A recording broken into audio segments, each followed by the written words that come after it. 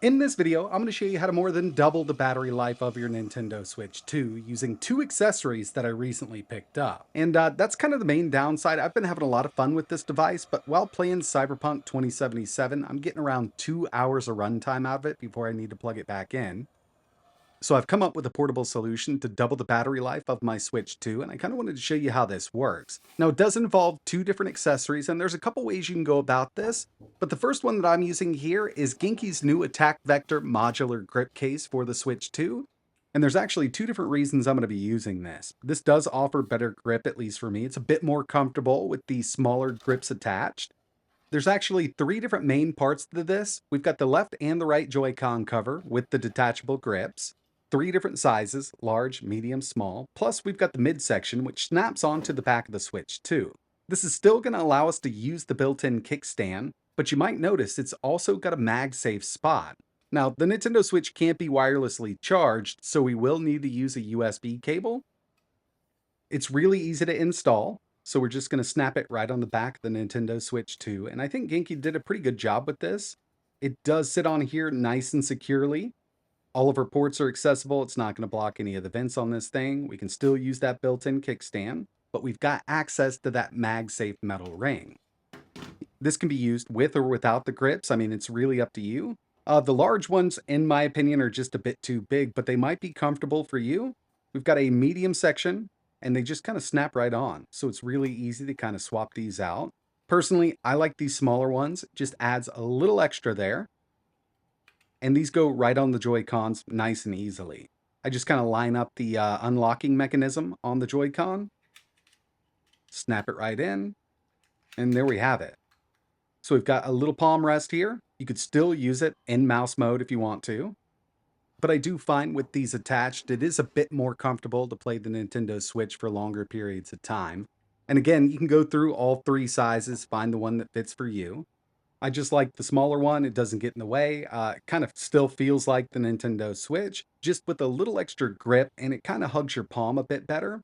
So these just slide right up on these Joy-Con covers, and we can snap it right on the other Joy-Con here. And once they're both installed, we can reattach them on the Switch 2. And personally, with the attack vector installed with these smaller grips, I found it a lot more comfortable to play this for longer periods of time. It just kind of hugs your palm there. And I've been putting a lot of time into Mario Kart World and Cyberpunk 2077. So we've got some extra grip here, a little bit of protection. But the main thing I wanted to show you here was how to double your battery life. Genki will be releasing a battery soon, and it's not available at the time I'm making this video. So I picked this one up on Amazon. It's known as the Ice Mag, and the main reason I chose this is because I think it looks pretty cool. I've actually been wanting to get one of these for my phone anyway. It's got a little cutout window here so you can see inside, built-in cooling fan, and yeah, I mean, it's a nice little battery. 37 watt hours or 10,000 milliamp hours. The main use case scenario would be for your phone, so it'll charge, MagSafe phones or phones that support wireless charging through the rear. But this also charges over USB Type-C. And that's the main thing you need to look out for if you want to go with a different battery pack. There's several out on Amazon. This one, again, I picked it up because it looked cool. It did come with this smaller USB Type-C cable, but I'm actually going to be using a different one. And this one just happens to be from Genki also. This was for an SSD for the Steam Deck, but there's a lot of these over on Amazon. It's basically just a shorter 90-degree USB Type-C cable. It's just going to make it easier to kind of route that wire around from the external battery. Once the Ice Mag is attached to the back of the Switch, it's not going to go anywhere. It's a pretty strong magnet system they have here. Now, all we need to do is plug this in. And I would suggest getting one of these 90-degree USB Type-C cables. Just makes it a little cleaner. Go ahead and get this set up. And there we have it. We're now charging the Nintendo Switch 2 with that battery attached to the back. It's definitely going to add some weight, and I mean, you could go with a smaller battery if you want to. And you might notice that this Switch 2 does have a pretty low battery. I did this on purpose because I wanted to use a watt meter to see how fast we could charge this up. And while we're just kind of idling here with that low battery on the Switch 2, it's putting out 16 watts. But as soon as I get into a game like Cyberpunk 2077, this jumps up to around 18 watts, and I have seen it peak out at 20 watts, depending on what's going on here. Screen brightness is at 50% right now, and usually I do run this at around 75% screen brightness. I'm gonna go ahead and let this battery charge the Nintendo Switch to 100%. And once the battery's completely charged in the Switch 2, you can see that this dropped down from 16 watts to 5 watts, just kind of idling. And once we get into Cyberpunk 2077, it does jump up to around 10 watts. So we're still feeding the system power from that external battery, and even after I completely charge the Switch 2, we've still got 3 bars left on the battery indicator for the external battery. So we still get a lot of runtime that we can get out of this thing, and it's actually a 37 watt hour battery. And keep in mind, with the test that I've run, I've just been using Cyberpunk 2077 as kind of a baseline because the whole system does draw a lot more power while running this game. Running easier indie games will net you more battery life. But with the test that I've run here, 100% battery charge on the external and internal, 50% screen brightness for this test. With Cyberpunk 2077, I've been getting around 2 hours and 16 minutes of runtime out of this before I need to plug it in.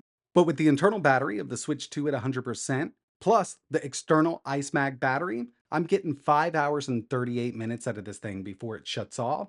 And there's a chance I could get a little more out of this because I've only cycled the external battery 2 times so far. And you could always pick up a larger battery or a smaller battery if it's too much weight for you. You could probably net better runtime with a different battery out there, but this is the one that I opted to use. And I mean, it's really awesome that I'm getting over 5 hours of runtime out of this thing with it connected.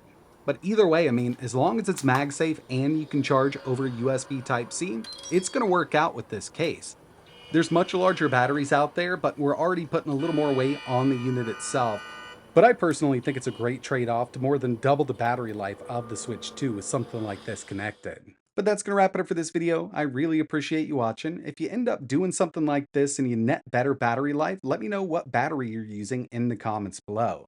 I chose this one because I thought it looked cool. It's one that I wanted to get for my phone anyway, and it works out here pretty well. Now, if you don't want to buy the Attack Vector case, you could always go with the sticky metal rings that they sell over on Amazon, but you're going to stick it right to the back of the Switch. It's really up to you. I mean, something like that would also work. But personally, I think having a nice little case or a shell with something like this built in is definitely the way to go. And again, if you end up doing this and you find a different way to mount it or you use a different battery, you get better results, let us know in the comments below. It'd definitely help out some other people out there. But if you're interested in setting it up like this, I will leave links in the description to the Attack Vector case and this Ice Mag battery. Attack Vector can be had over on Genki's website. Ice Mag can be bought over on Amazon. If you got any questions, let me know in the comments below. And like always, thanks for watching.